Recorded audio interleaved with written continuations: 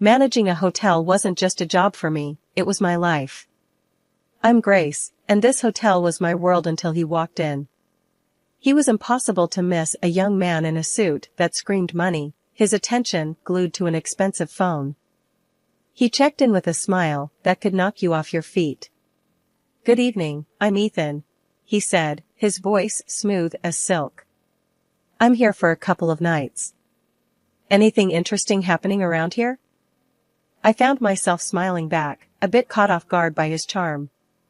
"Well, Ethan, the city's full of surprises." "Depends on what you're looking for," I replied, handing him his key. Our chat was brief, but it sparked something. Maybe it was his curiosity, or the way he seemed genuinely interested when I spoke. He didn't stay long, but when he checked out, he left a note. "Enjoyed our talk. Care to continue it over dinner?" It read. I hesitated, not used to mixing work with my personal life. But something about him drew me in. We met at a local restaurant, a cozy place where the chatter and clinking glasses made it feel like a bubble away from the world. "You really have this place dialed in, don't you, Grace?" he said with a smile as we sat down. I laughed, feeling oddly at ease. "Guess you could say I've had some practice." Dinner flew by as we talked about everything and nothing. He was an open book, or so it seemed, sharing tales of his travels and investments. When the conversation turned to me, I found myself opening up more than I usually would. I told him about losing my parents, about how it was just Mia and me against the world since I was 21. "That's a heavy load to carry, Grace. You must be incredibly strong," he said, his eyes reflecting a mix of admiration and something else I couldn't quite place. I shrugged, brushing off the compliment. "We all play the hand we're dealt, right? Mia's been my priority. Our parents left us a little something, and I've been careful with it. Made it grow, bit by bit." He nodded, his expression thoughtful. "That's impressive. You've got a good head on your shoulders." As the night wore on, I realized I hadn't laughed this much in a long time. But when I tried to learn more about him, about his family, he'd skillfully change the subject. "My folks and I don't see eye to eye. Let's just say they have their ideas about life, and I have mine," he said, a shadow crossing his face. I didn't press further. We all have our stories, our scars. As the evening drew to a close, I found myself not wanting it to end. There was something about Ethan, something that made me feel alive in a way I hadn't in years. My life with Ethan felt like a whirlwind, each day a new adventure, every moment spent together filled with laughter and dreams of the future. He had this way of making the ordinary seem extraordinary, turning simple dinners into unforgettable evenings. "Ethan, I still can't believe how fast everything is moving," I said to him one evening as we sat in our favorite little cafe, the one with the dim lights and cozy corners. He reached across the table, taking my hand in his. "Grace, when something feels right, why wait? I've never been surer of anything in my life," he replied, his eyes holding mine with an intensity that sent shivers down my spine. "I know, it's just, everything's happening so fast. It's a lot to take in," I confessed, feeling a whirlpool of emotion swirling inside me. He squeezed my hand gently. "I get it, but trust me, Grace. I'm here for the long haul. I want to build a life with you, a future. And I want to start by making our wedding day the most memorable day of our lives." The way he spoke about our wedding, with such passion and certainty, it was hard not to get caught up in his vision. He painted a picture of a day so lavish and beautiful it took my breath away. "Imagine it, Grace. A ceremony that no one will forget, a celebration of our love. It's going to be perfect," he said, his voice filled with excitement. "And the honeymoon? You mentioned something about the most expensive hotel in the world?" I asked, a mix of curiosity and apprehension in my voice. His smile widened. "Yes, it's all part of the plan. But I need you to trust me, to take this leap with me. Your savings for the wedding, my funds for the honeymoon and our future home. Together, we'll make this a reality. I hesitated, the practical part of me screaming caution. But looking into his eyes, full of love and promise, I found myself nodding. Okay, Ethan. Let's do it. Let's make this wedding a day to remember. As the weeks flew by, the wedding preparations became all-consuming. Ethan was a man of action, taking care of every detail, ensuring that our day would be nothing short of spectacular. And as I watched him, so full of life and determination, I couldn't help but fall even deeper in love. Ethan, you're amazing. The way you're handling everything, I don't know how to thank you, I said to him one evening, as we reviewed the list of guests and the lavish menu he'd planned. He pulled me close, his arms wrapping around me. Grace, seeing you happy is all the thanks I need. This wedding, it's just the beginning. Our life together is going to be even more beautiful. But amidst the whirl of excitement, there were moments when doubt crept in, whispering questions in the quiet of the night. Was I moving too fast? Was I getting swept away by the romance of it all? Every time those thoughts surfaced, Ethan's assurances were there to chase them away. His words, his promises, they were my anchor, holding me steady in the storm of uncertainty. The wedding prep had my days packed, but amidst the whirl of cake tastings and flower selections, I knew I needed Mia, my sister, my confidant, by my side. Since our parents passed, it had been us against the world, and her input meant everything to me, especially now. I called her up, hoping she could sneak away from the cafe she worked at. Hey, Mia, think you can ditch the aprons and coffee smells for some tulle and satin today? I half joked, my voice laced with hopeful anticipation. Mia's laughter came through the phone, light and familiar. For you, sis, I'll trade coffee stains for bridal trains any day. Give me an hour to wrap things up here, and I'm all yours. The bridal shop was a wonderland of white and ivory, dresses cascading like waterfalls of lace and silk. As I tried on gowns, Mia's presence was a calming force in the storm of satin and sequins. That one, Grace. It's like it was made for you, Mia said, her eyes lighting up as I stepped out of the dressing room in a gown that felt just right. I studied my reflection, the dress hugging every curve and cascading to the floor in a sea of soft fabric. You think? I feel. I don't know, like a real bride, I admitted, a smile creeping onto my lips. Mia's grin matched mine, but in a fleeting moment, I caught a shadow pass over her face, quick and troubling. Before I could question it, she was up and pulling a dress off the rack. Mind if I give this one a whirl? Just for kicks, Mia said, holding up a stunning gown that caught the light with every movement. I laughed, the sound a mix of surprise and delight. Planning on eloping, are you? Or is there a mystery man you've been hiding from me? Mia's laugh, usually so carefree, held a note of something I couldn't quite place. Oh, Grace, you know me. Always a bridesmaid, never a bride. But a girl can dream, can't she?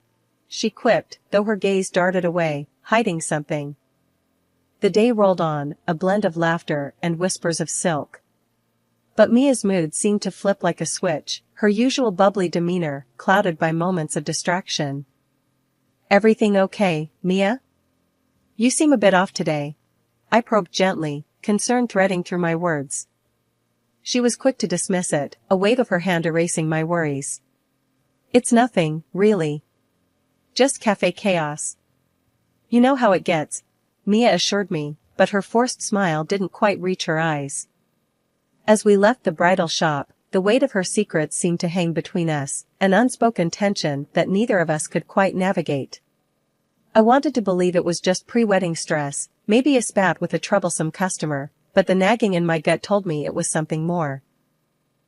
That night, as I lay in bed, the excitement of finding the perfect dress was overshadowed by the puzzle that was Mia's behavior. She was the one person who had always been an open book to me, yet now, there were pages I couldn't read, words hidden just out of sight. And as the wedding day edged closer, the joy I should have been feeling was tinged with a worry I couldn't shake. Mia and I had faced everything together, but now, it felt like there was a growing gap, one filled with secrets and unasked questions. Little did I know, the answers to those questions were about to turn my world on its head. It was a day like any other, or so I thought, until Ethan left his phone buzzing and forgotten on the kitchen counter. As I went about tidying up the apartment, the constant notifications from his phone nagged at me, a persistent reminder of something amiss. The lack of a password was a surprise, but it was nothing compared to the shock that awaited me inside. The messages between Ethan and Mia were like a punch to the gut, each word a betrayal that tore through my heart. They weren't just having an affair, they were planning to push me aside like I was nothing, like all the years of sisterhood with Mia meant less than the dirt under their shoes. I read and reread Mia's message, confessing her pregnancy with Ethan's child. The words blurred as tears clouded my vision. Can't believe we pulled this off. She's such a fool, falling for every lie. And now, with the baby, we can finally be together, just as we planned, it read. The world around me seemed to spin, a carousel of deceit and treachery. Ethan's reply was no better, declaring his love for Mia and his eagerness to see me humiliated, ousted from my own wedding. She's just a naive cash cow. Can't wait to get rid of her and start our real life together.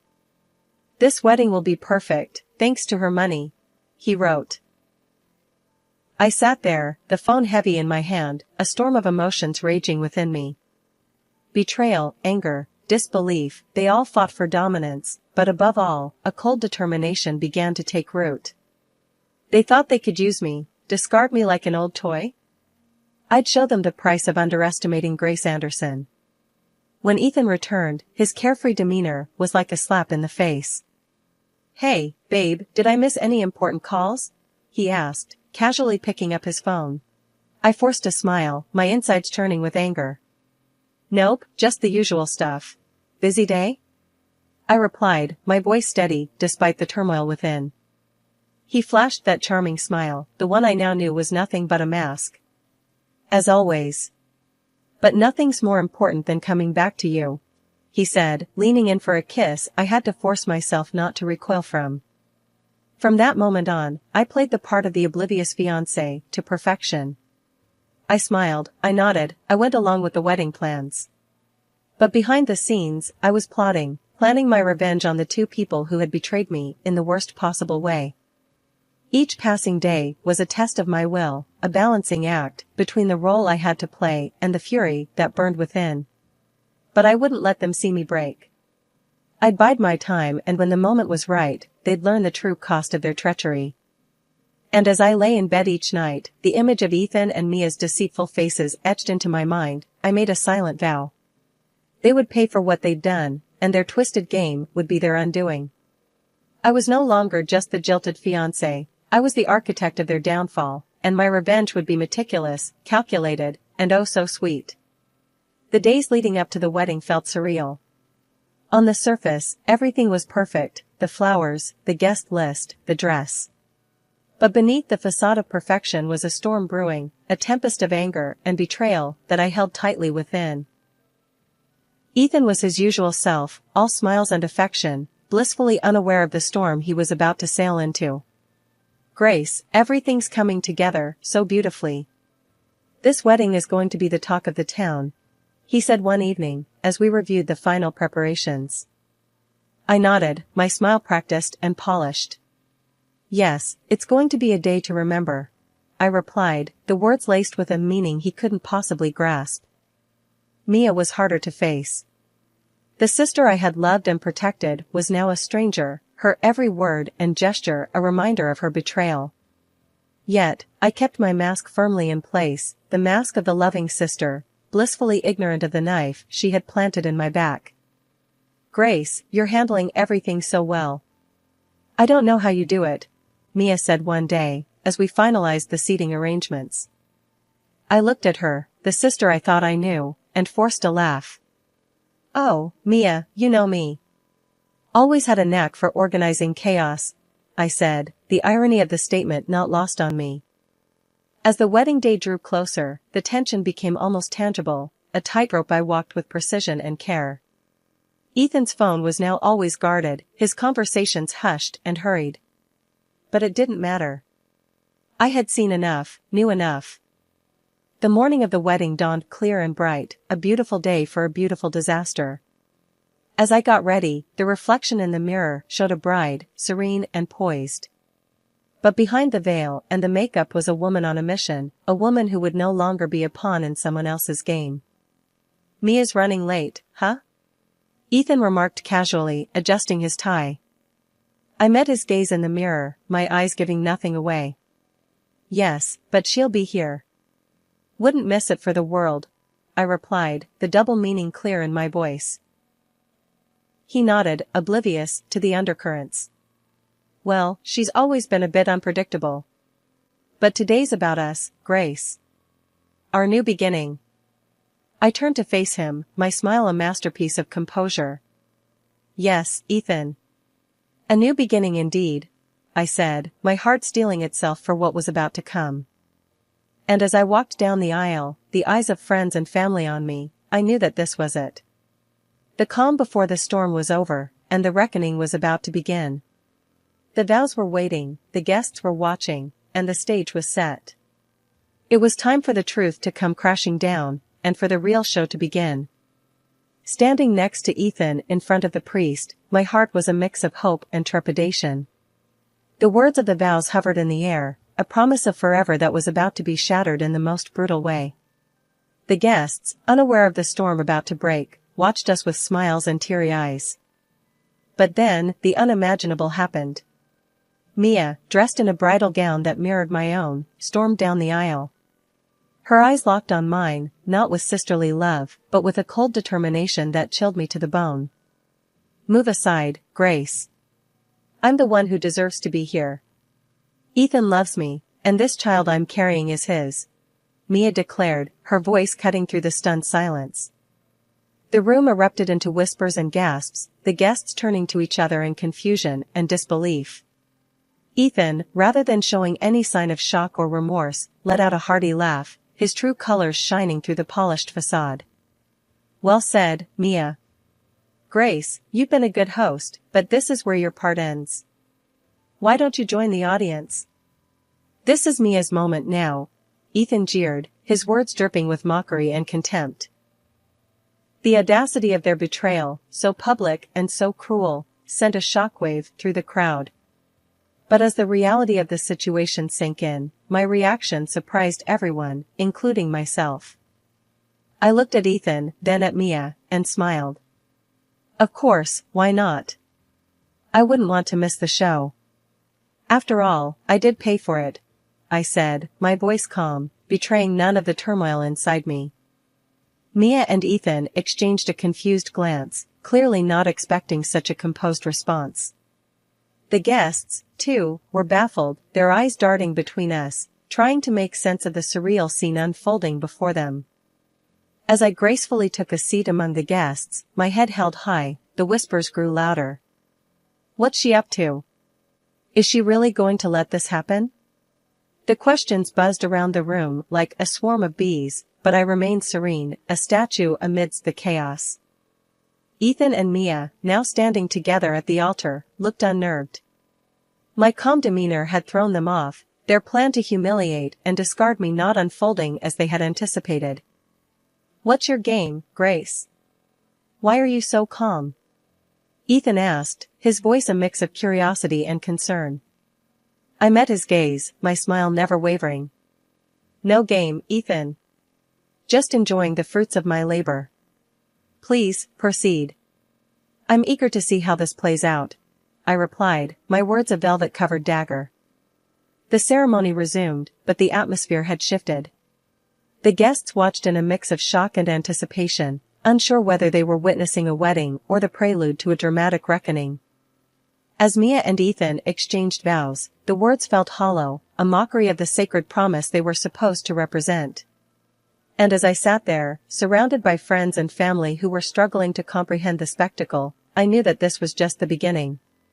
The real show was yet to come, and Mia and Ethan, in their arrogance and deceit, had just secured front row seats to their own downfall. As the priest asked if anyone objected, the doors burst open. A woman, older and more worn than either Ethan, stormed in, her eyes blazing with fury. "Stop this wedding right now," she demanded, her voice slicing through the silence like a knife. Ethan's face turned ashen, his eyes wide with shock. "Catherine? What are you doing here?" he stammered, the mask of the perfect groom slipping away. Catherine, Ethan's legal wife, as I had discovered, marched up to the altar. "I'm here to stop you from making a bigger fool of yourself and these people." "Grace, you deserve to know the truth," she said, turning to me with a sympathetic look. The guests murmured among themselves, the scandal unfolding before them more gripping than any soap opera.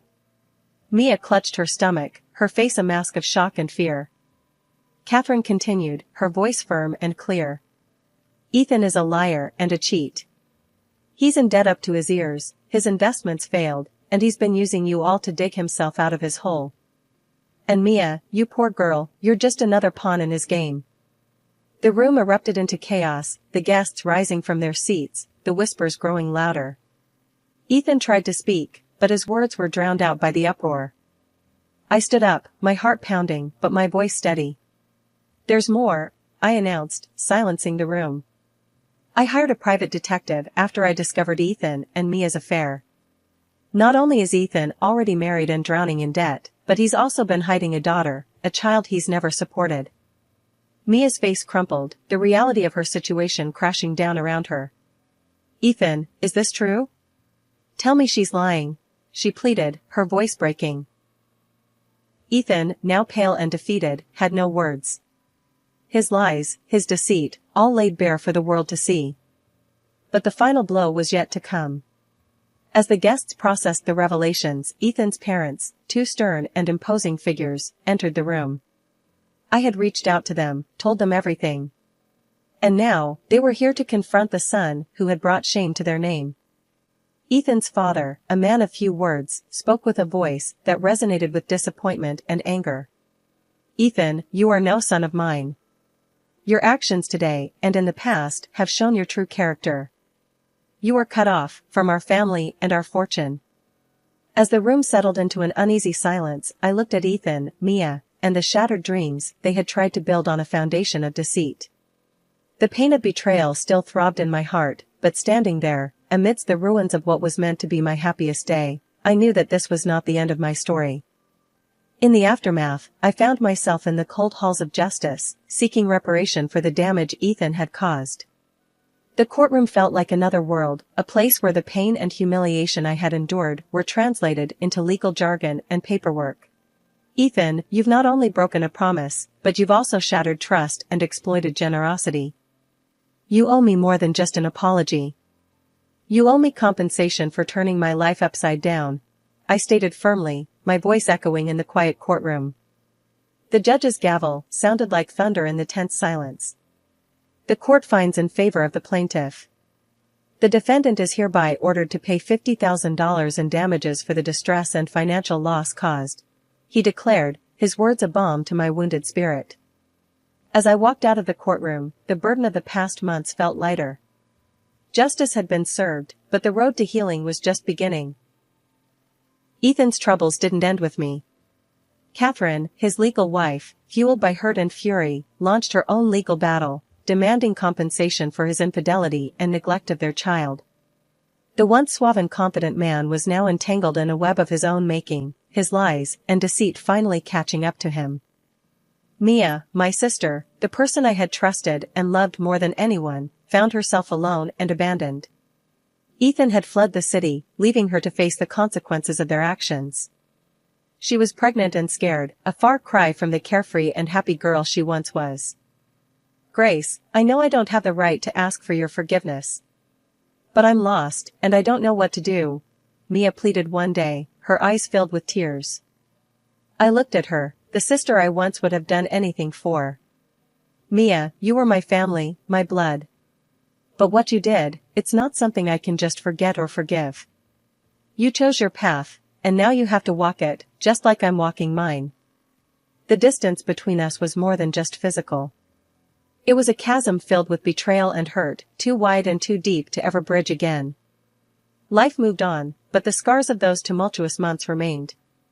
I focused on rebuilding my life, on finding peace in the simple things. I had loved and lost, trusted and been betrayed, but through it all, I had survived.